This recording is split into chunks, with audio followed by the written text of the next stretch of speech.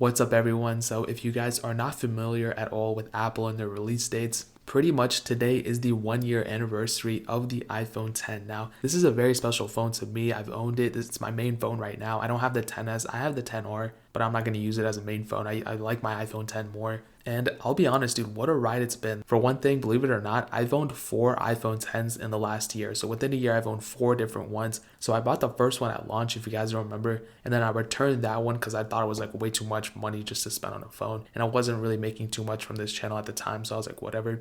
Then the second one I bought, I resold that just to I was like, you know what, I don't really need one. So I just resold it instead of returning it. I actually made a little bit of profit from there. Then the third one I bought had that screen problem. If you guys don't remember, it had like the green line running through it. I made a whole separate video talking about that too.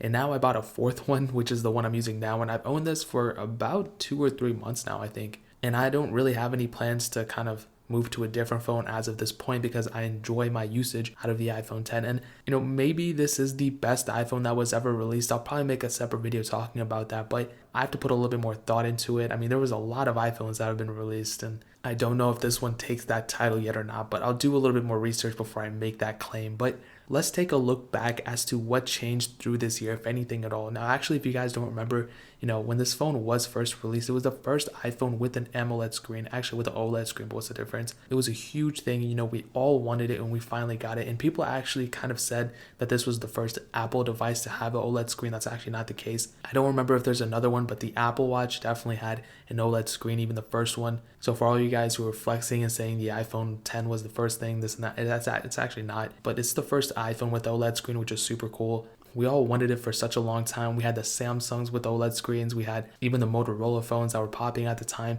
when like the iPhone 6 and 7 were out. You know, all those phones had OLED screens, and here we are with an iPhone with still an IPS panel up until the iPhone 10. So it's really cool that they did that, and I'm glad they shifted into that direction instead of going with another IPS panel. And personally, I still think that this phone is probably the most premium feeling iPhone, as it should be, because, you know, this was the most expensive iPhone that was ever released, because, you know, before most iPhones were less than $800. Even the iPhone 8 Plus, that was $799, I believe, at the time of the release. This one was $200 more than that, which was $999, which is super crazy to spend on a phone. You know, that's over $1,000 when it's all said and done with tax and everything. So then you're probably gonna buy a case and a screen protector and this and that. This phone is mad expensive, and it was the most expensive iPhone that was ever released at the time. Now we have the XS Max, which is more expensive than this, but it's crazy that this phone was almost over $1,000 on release price after taxes and everything. Now the sad thing is that, you know, we had to give up Touch ID to get Face ID, which looking at it now is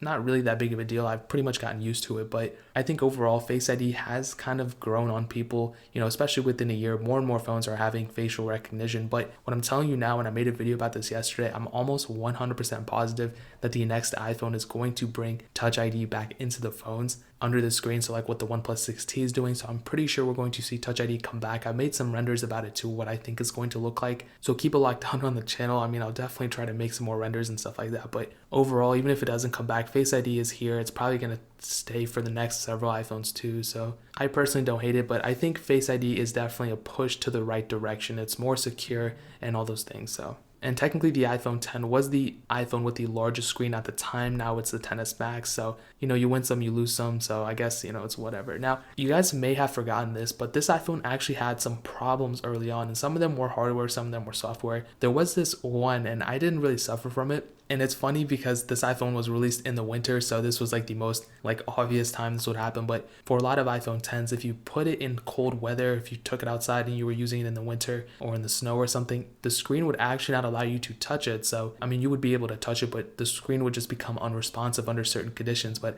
Apple eventually went and fixed it, so that's an amazing thing. It should have never happened to begin with, but at least they fixed it. And there were a lot of other slight things too, like there were a lot of other like petty things that were here and there, but a lot of those things were software, because this phone did come out with iOS 11. It actually came out with iOS 11.1.1, which makes me think that this phone is going to last as long as the iPhone 10R, 10s, and 10s Max potentially, just because it didn't start off exactly on iOS 11. It started off a little bit after. And we all know with iOS 11, there were a lot of bugs, there were a lot of problems, this and that. So, and this is what I'm saying, like with the iPhone 10, it didn't have the best release in terms of software, but it did iron it out. And even now with iOS 12, I think it's perfectly fine. I mean, there's still a lot of bugs that I see throughout the day and throughout the weeks and stuff, but it's nothing compared to iOS 11 in my opinion. But I think over a year span that this phone's been out, I think it's held up very well. It's super fast. Battery life has been okay. It's not the best, but it's whatever. And the cameras are super awesome, and this is expected because for most phones that came out just a year ago, a year isn't that crazy amount of time anymore for technology. Now,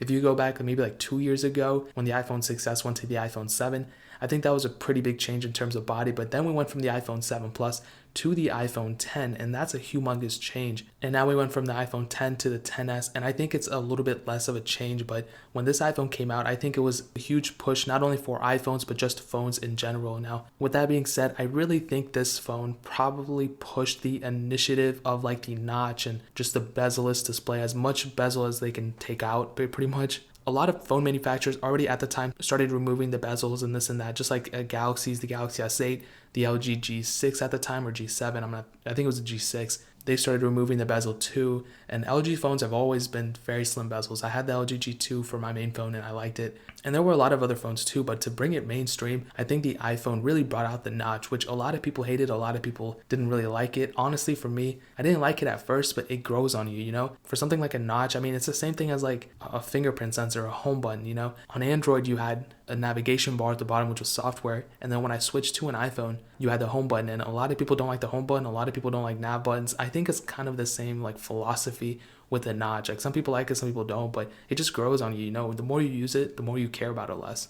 And with the whole notch thing, we've seen so many phones bring out notches, which I don't hate. It's whatever. I think all these phone manufacturers need to take more from each other and copy one another even more, not just Apple, but Samsung and all these people. And that's how they grow even more. So with the iPhone 10 specifically, when it brought out the notch, we saw all these other phone manufacturers start using notches and this and that, which I'm perfectly fine with. I don't hate on them. And now we're starting to see phones like potentially the Galaxy S10 go completely bezel-less. So they're going from a Galaxy S8 and Galaxy S9, which had still some bezel around it, to a completely bezel-less route, not even with the notch, potentially. This is all rumors. And I think that has a lot to do with the iPhone 10. The iPhone 10 was like in the middle between having bezels and not having bezels at all. And I think the iPhone 10 has a lot to do with how phones are going to be presented in the next coming years. So the impact of this phone was much larger than just the 2017-2018 run that it's going to have. It's potentially going to affect phones from like 3 to 4 years from the release date, and that's just my opinion. Now, the sad thing is about this phone is that when the iPhone XS and the XS Max were released, Apple actually stopped selling the iPhone 10, which makes sense because if they were to sell both at the same time, they would have to lower the price for the iPhone 10. And even if Apple lowered the price by a little bit, even only like $100 or something, more people would probably still end up buying an iPhone 10 over a XS or XS Max because there's really not too much of difference between the XS and 10. I've owned both. I've owned all iPhones right now. I compare the iPhone 10 and the XS, and yes, the iPhone XS is faster here and there, but it's not hundreds of dollars more expensive, which is pretty much the price you're going to now because you can't buy the iPhone 10 new. You have to buy it used, which is not a problem at all. My iPhone 10 is used. Every single iPhone I've owned is pretty much used, and I don't really care. You get a much better deal, and sometimes in this case, you get a phone that you can't even buy before. And they eventually went to the XR to kind of replace the iPhone 10 and the 8 and 8 Plus. And I like the iPhone XR. I don't think it's a horrible phone. I just think it's a little bit more expensive for what it is. They should have lowered the price on that. But if you still want to pick up an iPhone 10, you still have that capability. I've seen a lot of them being sold on Craigslist and Amazon. The thing about Amazon, though, they're sometimes a little bit more expensive, but eBay has a lot of them used, sometimes certified refurbished here and there, and sometimes they do have warranty. So I'll link to some in the description below if you guys want to pick one up. I think they're less than $700, which is a very, very good deal, especially when you consider the iPhone 10 or is $750 before taxes. Mine actually cost $800 almost. So if you want to pick up an iPhone 10, I'll leave a link in the description. And just because it's not supported in hardware anymore doesn't mean it's not supported in software. This phone's still going to be, lasting much, much longer. It's going to get like 3 or 4 more years of iOS versions. So I would not even worry about, software versions or anything like that. If you have a problem, it's probably going to get fixed with software. But overall, I love the iPhone 10. I have so much love for it. I just think it deserved a longer life in terms of hardware. Like I said, it's being supported in software. But overall, I think I'm going to keep the iPhone 10 as my main phone for at least like a couple more months. Maybe we'll see how it goes. Obviously, I'm probably going to get the XS here in a couple, by February or something. But I love my iPhone 10. It's probably the best iPhone I've owned And here's to more years of support with the iPhone 10, guys. That is pretty much it. I love the iPhone 10. I love you guys for listening. If you have any questions or you want to put your condolences or your thoughts of the iPhone 10 in this video, leave it down in the comment section below. I'd love to hear what you have to say. Definitely hit that like button. I'd really appreciate it. But more importantly, dude, hit that subscribe button. Every single subscriber we get really does count. So it means so much if you guys could hit that. I'm trying to get to 100 by the end of this year, which is like 2 more months. I know it's probably not going to happen, but we're getting pretty close. So it means so much if you guys could hit that. Also check out my Twitter, my Instagram, and my second channel. All those links are down in the description. I do a lot more iOS comparisons on my second channel, but I'm probably going to start posting other videos on there. So definitely keep a lock down that channel if you guys want to check that out. But more importantly than everything else, I love every single one of you guys. Hopefully I'll catch you guys in the next video. Peace out till then.